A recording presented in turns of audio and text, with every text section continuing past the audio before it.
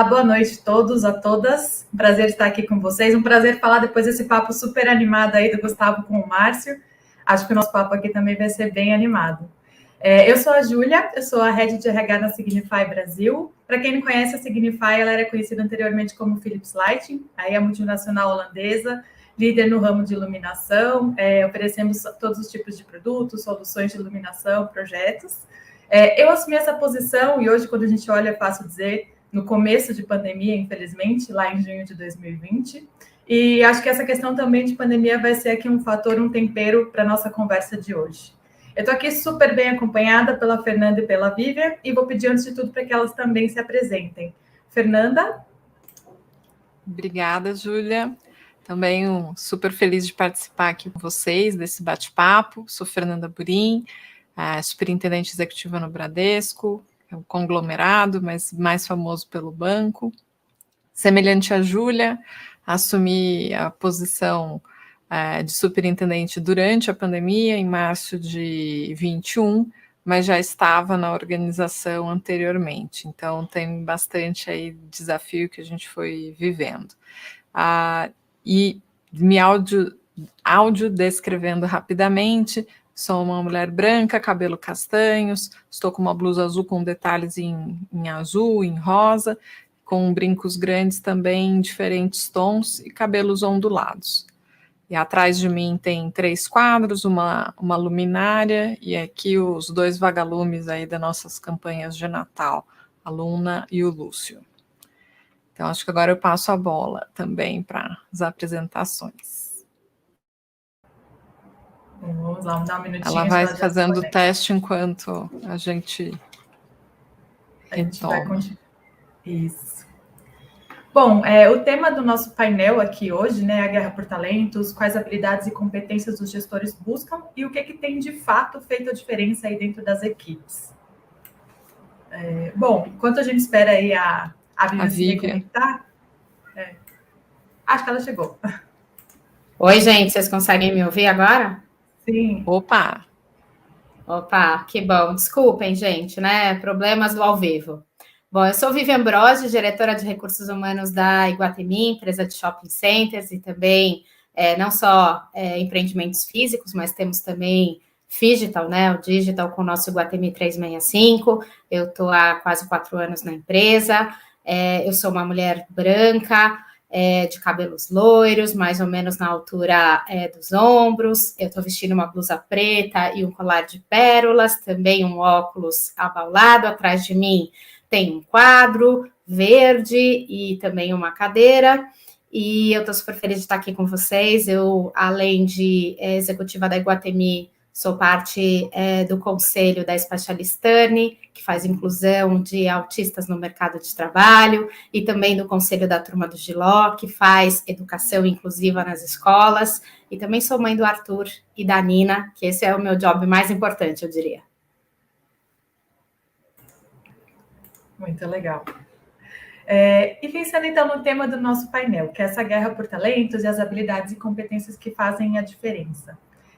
Fernanda, você quer começar, por favor, comentando o que você tem visto e vivenciado em relação a esse tema? Claro. Acho que o nosso desafio em gerir, atrair talentos, digo nosso porque ele já virou coletivo, ele não tem hoje um único setor, nem uma única empresa. Muitos dos elementos que fazem com que isso se acelere, parte disso é do nosso cenário econômico, nosso cenário de pandemia, e tem uma parte histórica que também complementa.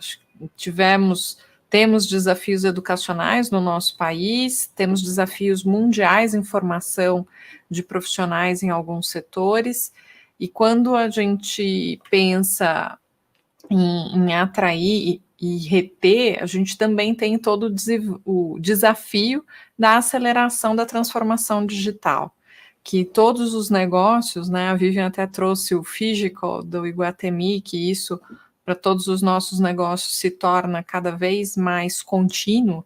Temos os espaços físicos, mas quase todas as organizações têm os seus ambientes digitais, E isso acelera e às vezes o nosso mecanismo de formação de profissionais não está na mesma velocidade e nem na mesma qualidade que as organizações, que a sociedade tem nos pedido mais do que isso.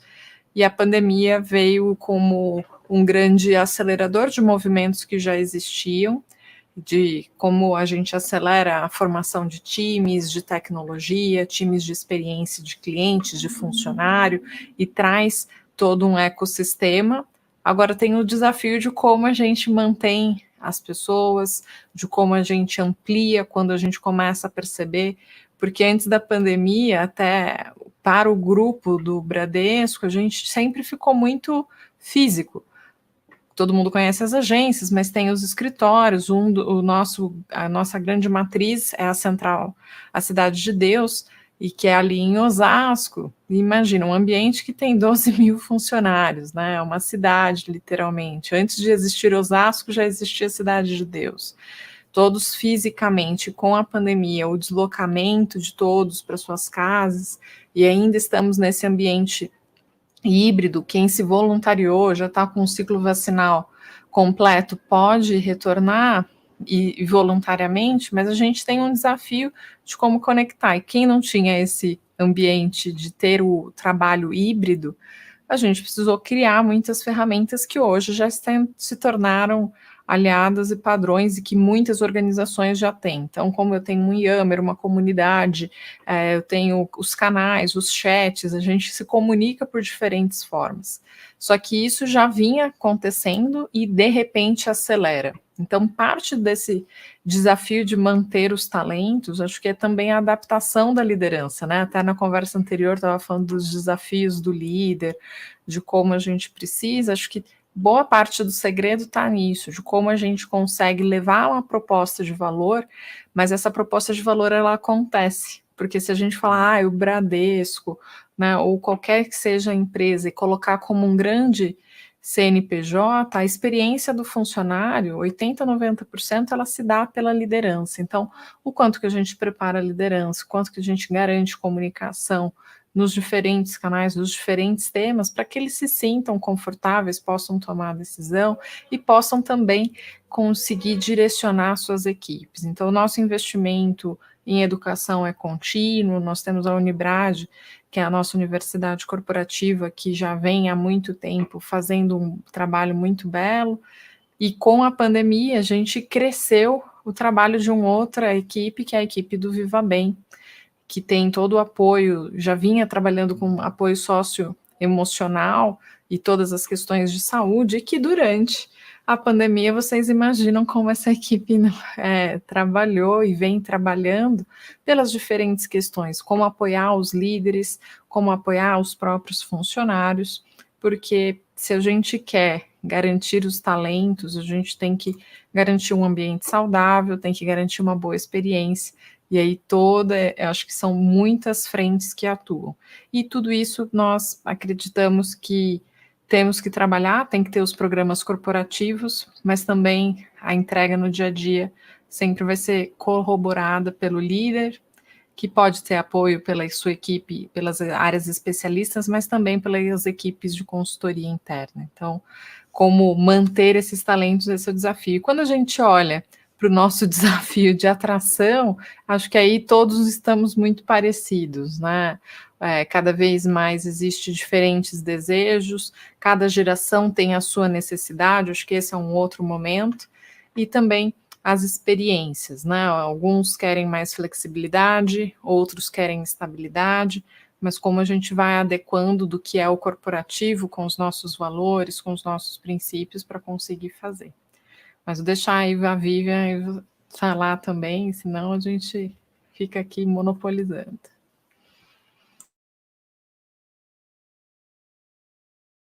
O microfone está fechado, Vivian. Acho que tem muita sinergia com o que você falou, com o que a gente está fazendo também. Eu acho que essa guerra de talentos, né, ela foi muito acelerada pela própria pandemia, no qual as pessoas realmente revisitaram as suas vidas, né, e perceberam que o mundo tem muito mais escolhas do que elas imaginavam que tinha, né, e eu sempre costumo dizer que um mundo com escolha é um mundo mais leve. Então, eu acho que também dentro das organizações, o que a gente pode fazer para engajar cada vez mais as pessoas é trazer opções, é trazer escolhas. Sejam escolhas de desenvolvimento, sejam escolhas de carreira, sejam escolhas de flexibilidade, de modelo de trabalho, e eu acho que isso traz uma complexidade super interessante para a RH, porque no passado a gente estava acostumado a fazer coisas para todos, né? Mas isso é pouco equitativo. A verdade é que cada vez mais e a minha experiência com a Iguatemi é que cada vez mais a gente tem que olhar o que é único nas pessoas, o que é a necessidade individual de cada um e conversar com isso que é latente, né? A gente viu na pandemia as demandas daquelas pessoas que tinham filhos dentro de casa eram diferentes daqueles que eram solteiros, por exemplo. E a gente precisa atender a todo mundo dentro das suas demandas.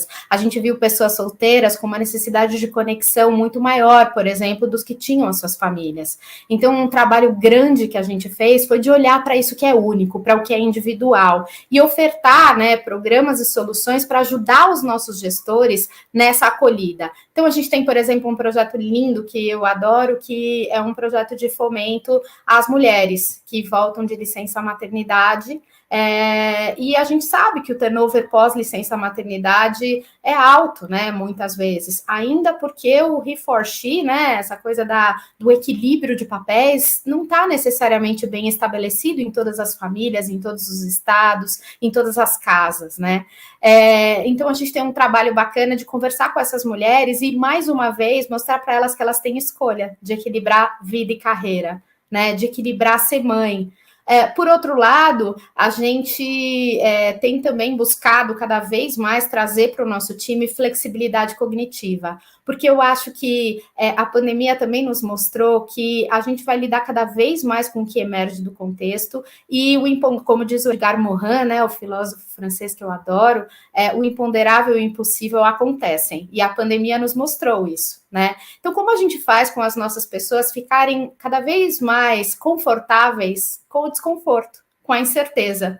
Porque o fato é que o mundo vai ser cada vez mais incerto e a gente vai precisar encontrar o nosso centro pessoal. Isso tem tudo a ver com bem-estar, né, com equilíbrio pessoal, como você bem colocou. Então, a gente também se cercou de uma série de instrumentos para cuidar disso, desde rodas de conversa, onde as pessoas podiam expor as suas ansiedades, moderadas pelo Centro de Valorização da Vida, até iniciativas para trazer maior diversidade. Então, um projeto que a gente se orgulha muito, é um projeto que a gente fez no meio da pandemia, em parceria com a ONU Mulheres, com a Acnur, contratar mulheres refugiadas com deficiência. Como a gente faz para olhar para as pessoas que não estão sendo vistas e fazer com que todas as pessoas possam ser vistas na sua individualidade e trazer essa potência? Porque pode ser que a gente olhe para um refugiado dizendo assim, ele vem com uma mala vazia, mas a verdade é que um refugiado vem com um mundo de histórias, com resiliência. Então, como a gente faz cada vez mais para que o nosso ecossistema, para que a nossa empresa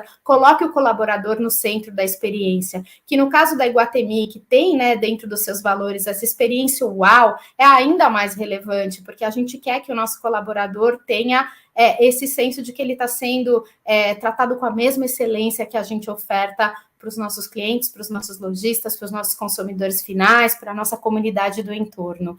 E fazer tudo isso de um jeito que isso seja sustentável para todo o ecossistema, inclusive para as pessoas. A gente viu nessa pandemia, muitas vezes, o trabalho se tornar insustentável para as pessoas. Isso também é sobre perenidade, isso também é sobre sustentabilidade, né? Falar sobre sustentabilidade é falar como a gente deixa a pessoa mais inteira para viver com todos esses dilemas e desafios. Então, eu acho que a gente está num momento super interessante, de fato, para a RH, e escutando vocês, isso ainda renova essa minha sensação.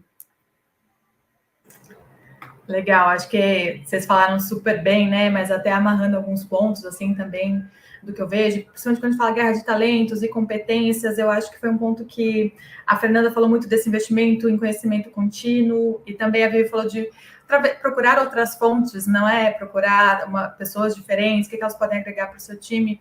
eu acho que a gente sempre tem que manter em foco a questão do conhecimento mesmo, de pessoas que têm essa habilidade de construir conhecimento. Porque o conhecimento técnico você aprende, pode ser que amanhã ele já mude totalmente, a gente está falando de uma nova linguagem, a gente está falando de uma outra atividade, tudo muda, o sistema muda. O que importa é que você consiga desaprender, aprender de novo, e essa capacidade contínua, e acho que isso em todos os níveis. Inclusive, quando a gente fala em gestão de pessoas, né? Então, o que a gente vinha fazendo por muitos anos, de trabalho presencial, de estar ali perto do seu time, gerenciando, foi totalmente acelerada aí a mudança por conta da pandemia. E agora, como é que um gestor forma uma equipe sem nunca ter olhado no olho de alguém? Como é que ele faz com que a cultura da empresa, né? Como é que o RH ajuda essa cultura da empresa a estar presente em equipes que nunca se viram? E principalmente como é que a gente faz para ter times que efetivamente consigam construir coisas novas. E aí eu acho que faz muito uma ponte com o que a Vivian comentou da questão de diversidade. A gente tem que renovar nossas fontes, onde a gente procura esses talentos. A gente estava muito acostumado a procurar em um pool de universidades com um perfil super específico. E eu acho que, felizmente, todas essas discussões em torno de sustentabilidade, em torno de desenvolvimento, em torno de diversidade, equidade e inclusão, também tem aberto os nossos olhos para ampliar isso, para procurar novos talentos, para a gente não se contentar, talvez, com o primeiro, mas trazer perfis diferentes que possam causar aí, trazer novos pontos de vista dentro das equipes, possam ajudar os próprios gestores a evoluírem. Então, acho que é um trabalho contínuo de aprender e reaprender e seguir aí construindo coisas novas ao longo do tempo. E aproveitando isso, né, toda essa questão de mudanças que vem, o que vocês têm feito? E acho que talvez a gente podia começar pela Vivian agora, na forma como você forma as equipes, baseado, então, nesse contexto todo que a gente tem falado. Cada vez mais a gente tem buscado ter times realmente diversos, e não só ter times diversos do ponto de vista de experiências, de gênero, de raça, de etnia, mas, sobretudo, diversidade cognitiva mesmo, né? Então, formas de pensar diferentes, backgrounds diferentes, e a gente tem buscado cada vez mais propiciar experiências de aprendizado para as pessoas. Uma das coisas que a gente tem percebido é que cada vez mais as pessoas estão se conectando com ter oportunidade de desaprender para aprender, inclusive como uma resposta ao que está emergindo do contexto. Então, inclusive, antes de estar aqui com vocês, a gente estava justamente num laboratório de prática de inovação, onde as pessoas levavam problemas reais para que um time pudesse junto resolver, e sendo facilitado por uma pessoa de dentro. Então, cada vez mais a gente tem procurado valorizar os conhecimentos internos, mas colaborar mais, compartilhar mais, né? E criar uma rede de apoio e suporte. Eu acho que a pandemia também trouxe essa importância da gente ter redes de apoio e suporte. E eu acho que isso vale para a empresa e vale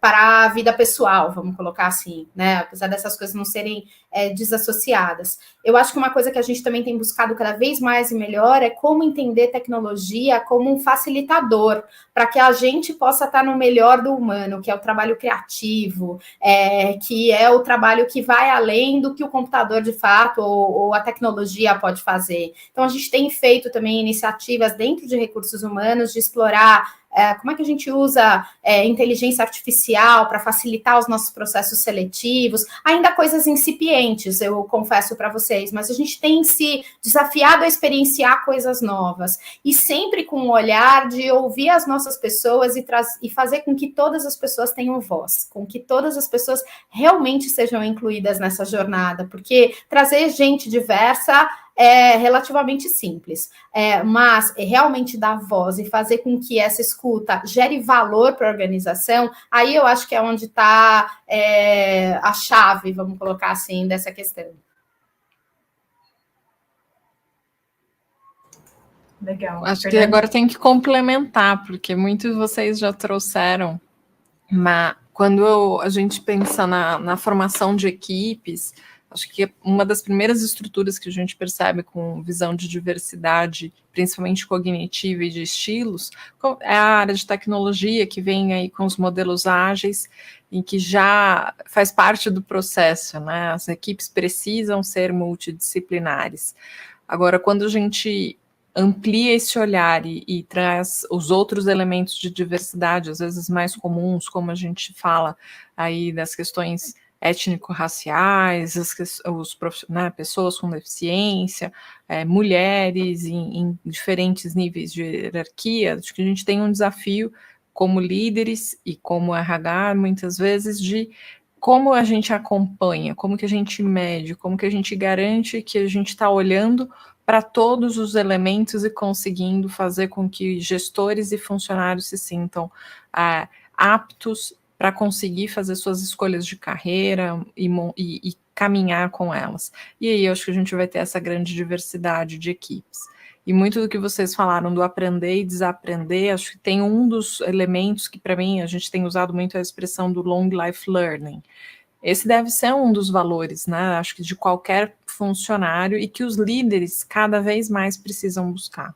Porque quando a gente olha, acho que os valores são o grande ponto que vai conectar as pessoas de qualquer equipe. Porque se a gente vai querer diversidade cognitiva, se a gente quer diferentes habilidades, os valores precisam ser comuns, o propósito, né, daquele grupo, o que é a grande entrega precisa ser comum. Mas um dos valores que acho que em qualquer organização, cada vez mais, o próprio Fórum Econômico Mundial já trouxe isso como uma das grandes habilidades, é o aprender constantemente, né?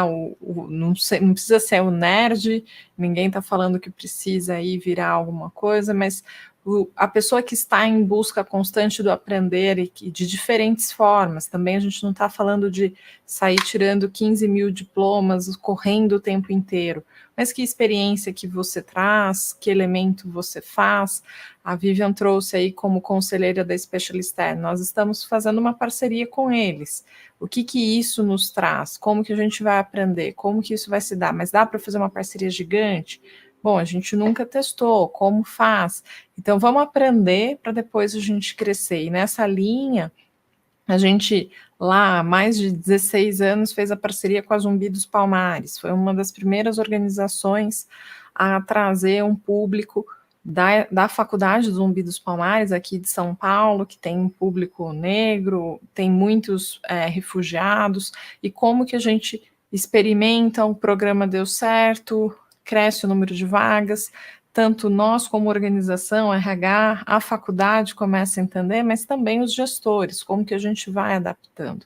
Acho que esse é o grande segredo, porque o desafio, né, e a busca de pessoas, jovens talentos em universidades, a gente precisa, nós precisamos como organização, porque acreditamos na carreira interna, acreditamos que trazemos profissionais de mercado, né, não é uma exclusividade, mas se a gente acredita no desenvolvimento, eu vou neste público, mas também não adianta eu ir nas mesmas universidades sempre. Então, como que a gente equilibra tudo isso? E os grupos de afinidades, acho que têm apoiado RH, líderes, comitê de diversidade e de sustentabilidade, a tangibilizar com ideias das próprias pessoas que fazem parte dos grupos, dos líderes, e tangibilizar. Um dos projetos que para mim extrapolou bastante, que saiu aí do âmbito de funcionário, vai para fora, a gente vê a Bia, o ano passado, foi reconhecida até como um dos projetos pela ONU, como de apoio para as mulheres, né, de denúncia, repúdio à violência. Temos projeto também um outro... Inclusive. Oi? Projeto lindo, inclusive. É muito bacana. Então, assim, é um projeto que nasceu no grupo de afinidades, vira negócio, mas ele reforça uma questão interna de como a gente acredita e como reforça os valores. Por isso que, para mim, muito está nos valores da organização, como que a gente, por cada um pela sua característica, quando a gente olha o Aliados pelo Respeito, que a gente teve o Bravos, teve agora também ações pensando no Dia das Crianças, falando de deficiência, falando do LGBTQIA+, a gente tem diferentes frentes. Agora, como que eu falo isso com o funcionário, como que eu falo isso com o cliente, e isso precisa estar dentro dos nossos valores. E aí eu posso ter a diversidade cognitiva, a diversidade mais conhecida e tradicional que a gente vem discutindo, mas que ela se sustenta. Porque, de novo, para mim, eu gosto muito de falar, a gente pode fazer as políticas corporativas, mas no dia a dia, quem acaba acompanhando a equipe, garantindo que essa equipe funciona, é o líder direto. Então, eu preciso muito fortalecer o líder, mas os valores organizacionais precisam conversar. E eu entendo que esse representante ele é uma peça fundamental para que a gente consiga ter isso andando bem. que, sem dúvida, o papel do líder é chave aí, até porque a gente está falando de equipes, né? Então, quem está ali no dia a dia, quem consegue efetivamente monitorar o quanto a equipe está indo bem, o quanto ela precisa de algum tipo de ajuste de clima, de envolvimento, sem dúvida é o gestor. Então, se ele não está bem equipado, né, com o pacote, digamos assim, com as ferramentas para poder fazer esse desenvolvimento e essa gestão de pessoas, isso vai ser um problema, né? A gente sabe que as pessoas saem de empresas por conta de líderes e não por conta da empresa, ou de remuneração, ou de benefício, ou de nada desse tipo. E a gente tem visto agora, né, com Great Resignation, tem muitas matérias por aí, quantas pessoas também aproveitaram esse período de pandemia, de ficar um pouco mais restrito, de refletir nos seus próprios valores, nos seus objetivos, e o quanto, se você não tem alguém ali preparado para talvez receber, né, esse tipo de dúvida, de inquietação, se ninguém consegue lidar com isso, a tendência é muito mais a pessoa sair e procurar alguma outra coisa fora do que talvez procurar alternativas que você poderia dar dentro da empresa se tivesse um espaço ali de escuta funcionando e ativo, né? Então, acho que olhar para esses líderes, auxiliá-los a serem hábeis para dar esse tipo de suporte para a equipe é, sem dúvida, o que a gente, quanto RH, consegue fazer aí de diferença, né, no dia a dia. Acho também que, construindo aí sobre o que você está falando, né, fazer parcerias bem importantes com os gestores também para desconstruir estereótipos e preconceitos nessa guerra de talentos, né? A gente, e eu tenho certeza que não é diferente para vocês, teve muita dificuldade de atrair, por exemplo, desenvolvedores para o Iguatemi 365, porque, né, assim, é uma questão de oferta e demanda, né, tá todo mundo querendo contratar. E a gente se viu num lugar de falar, como é que a gente sai dessa concorrência pelos desenvolvedores, né, de todos? E a gente desenvolveu um projeto para trazer desenvolvedores 50 a mais, né? Formar pessoas para o mercado e contratar uma parcela delas. E que aqui você está mexendo no cerne de estereótipos, né? O estereótipo do etarismo, mas também a questão de achar que a gente envelhece e não é tão hábil com tecnologia, o que a neurociência já provou que é mito, não é verdade, né? Mas para que uma coisa como essa funcione, os gestores têm que estar muito abertos a desconstruir seus vieses inconscientes, seus preconceitos, né? Então, de novo, eu acho que essa conversa ela é muito relevante, porque realmente parte da gestão e parte da gente também assumindo o modelo como gestores que também somos da organização, né? Como é que a gente, como RH, também mostra que é capaz de fazer isso dentro de casa, até para isso ganhar força quando a gente vai conversar com a organização como um todo, né? Como a gente dá o exemplo, né, ali no dia a dia. Com certeza. E o quanto é difícil também, né, você pensar em políticas, que tem que ser para uma empresa grande, com muitos funcionários, mas que ao mesmo tempo atendam essas necessidades individuais daquela equipe, que você consiga ter esse espaço. O que vocês têm trabalhado aí nesse sentido? A gente... Desculpa, a gente tem feito vários trabalhos de times, né, no qual a gente tem propiciado uma escuta muito ativa, assim, a gente tem usado muito comunicação não violenta para ajudar com que os times consigam se comunicar mais e melhor. A gente também viu que durante a pandemia, com um certo elevado estresse das pessoas, né, assim, gerou uma certa animosidade e a escuta diminuiu. Então, a gente achou que era super importante criar esses espaços, né, para que as pessoas realmente pudessem falar, mas falar a partir das suas necessidades. E aí, fazendo pedidos, e também a gente, como organização, como área, como seja pares ou seja gestores, fazer ofertas para aquelas necessidades que estavam sendo colocadas das pessoas. Eu acho que dentro de tudo que a gente fez, isso, somado a uma prática também de usar Action Learning para resolver problemas, que é uma metodologia, né, não diretiva de resolução de problemas, que também parte da gente fazer perguntas para explorar o que está acontecendo ali, foram duas coisas que nos ajudaram muito nesse contexto a entender realmente o que era a real necessidade. Porque às vezes a pessoa vem conversar com você com uma primeira necessidade, fazendo uma série de perguntas, você vê que o que estava no cerne não era necessariamente o que ela foi capaz de expressar naquele primeiro momento. Então, mergulhar, né, nas questões, sejam elas corporativas, sejam elas individuais, eu acho que também é uma coisa que a gente fomentou mais e melhor desde esse momento todo de pandemia.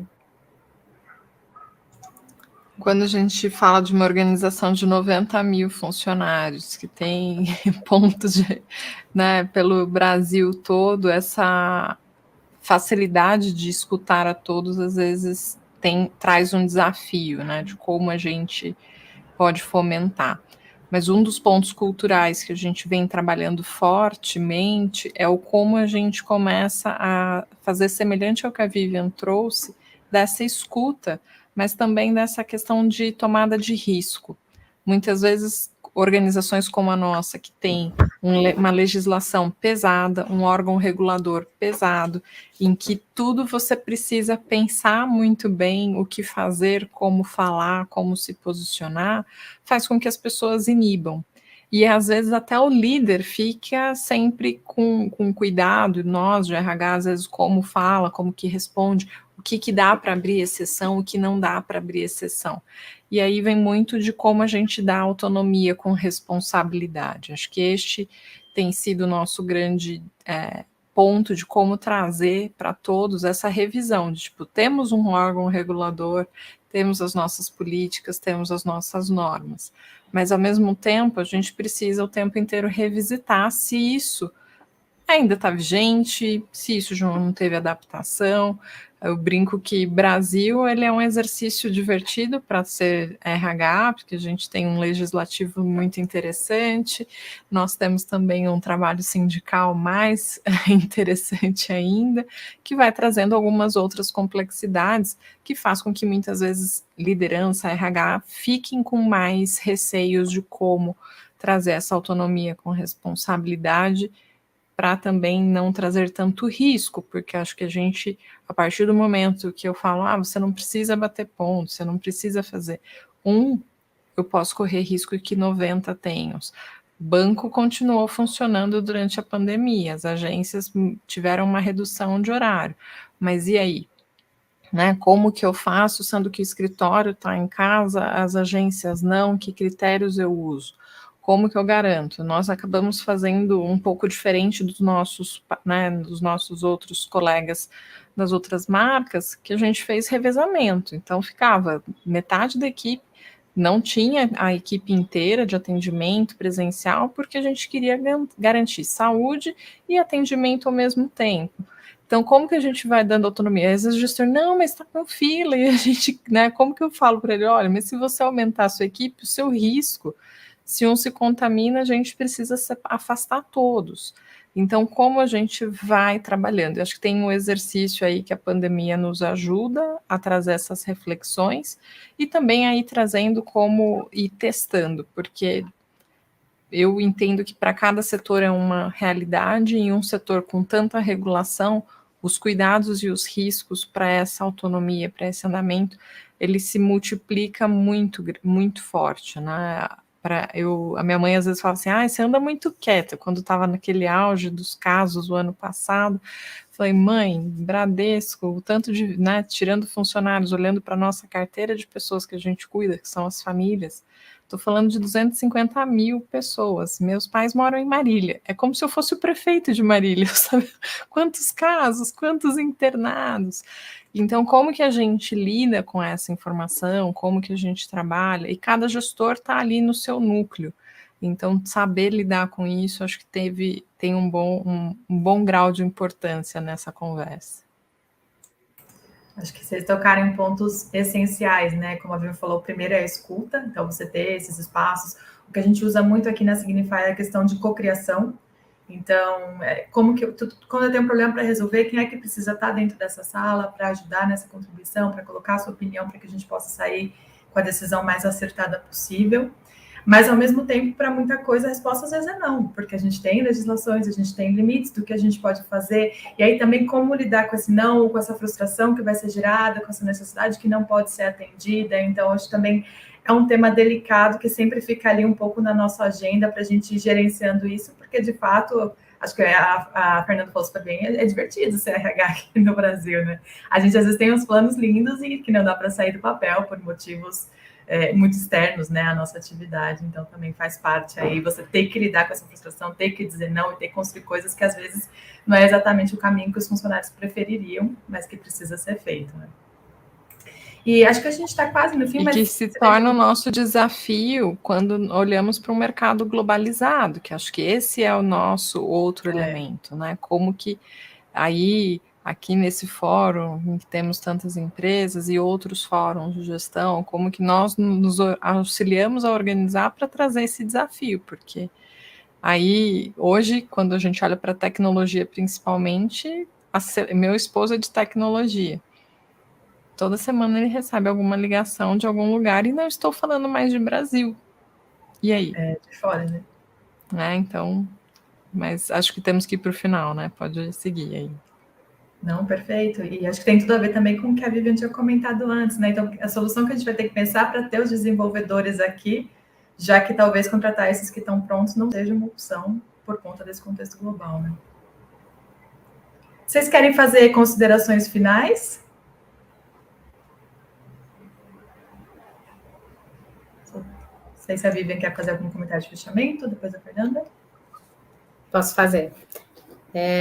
Não, primeiro eu queria super agradecer, né, o bate-papo super gostoso com vocês aqui. Eu acho que é sempre muito bom a gente trocar. E eu acho que o chamado que eu faço é para a gente olhar para a gente, né? Muitas vezes a gente olha esse contexto corporativo, a nossa responsabilidade como recursos humanos para a organização, e acho que a pandemia deixou um legado muito importante de a gente também ficar confortável e não ter respostas, né? Assim, eu muitas vezes durante esse tempo falei, eu não sei como é que a gente acha uma solução juntos.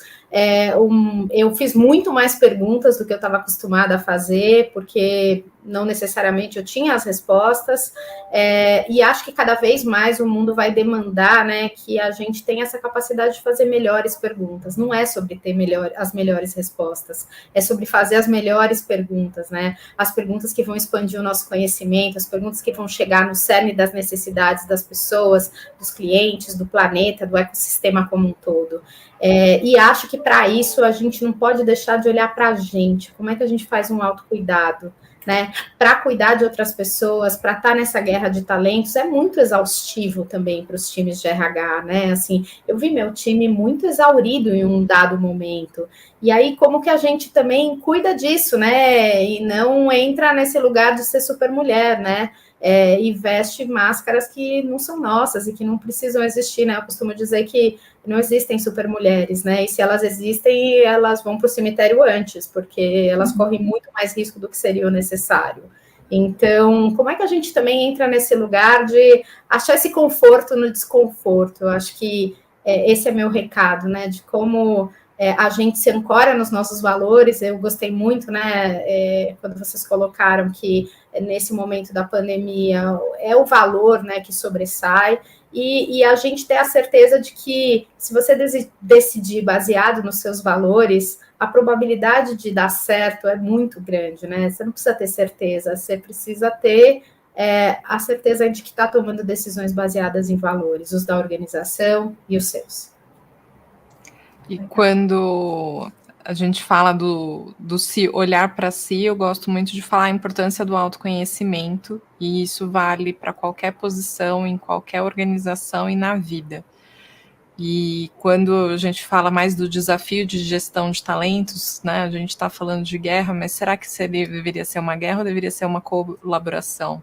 Como que a gente também começa a se revisitar os nossos modelos? Temos os desafios do nosso país de legislação, mas como que eu crio parcerias, como que eu amarro de outras formas para que a gente consiga, como sociedade, como organização, com todas as diferentes frentes, evitar algum conflito desnecessário. E às vezes a gente se conhecendo, a semana passada virei e falei assim, olha gente, estou numa semana meio desafiadora, então eu prefiro não comentar, porque às vezes a gente leva para uma reunião um bastidor que não faz parte, e saber o nosso limite pode facilitar com que a gente, em um ambiente, leve o que é mais adequado, né? Então, acho que esse é um ponto importante para a nossa conversa aqui, para fechar. E um último recado, vou deixar para a Júlia resgatar também até o QR Code. Obrigada, gente. Muito obrigada a vocês, a tudo. Eu acho que se a gente puder fechar, quando a gente fala de guerra, talvez a palavra que mais foi falada aqui foi colaboração. Então, como é que a gente sai dessas situações difíceis? É sempre com colaboração, com escuta. Então, acho que esse é o caminho que a gente tem que seguir mesmo. E antes de terminar, vocês estão vendo aí o QR Code na tela, né? Faz parte da campanha Adote um Leito, da Casa Hope. Então, não esqueçam de ler aí com o celular, participar quem puder. A sua doação vai ser muito importante para o trabalho importantíssimo que a Casa Hope faz. Então, muito obrigada a vocês. Adorei a conversa. Foi um prazer enorme estar aqui. Obrigada. Tchau, gente. Tchau, tchau. Tchau, tchau.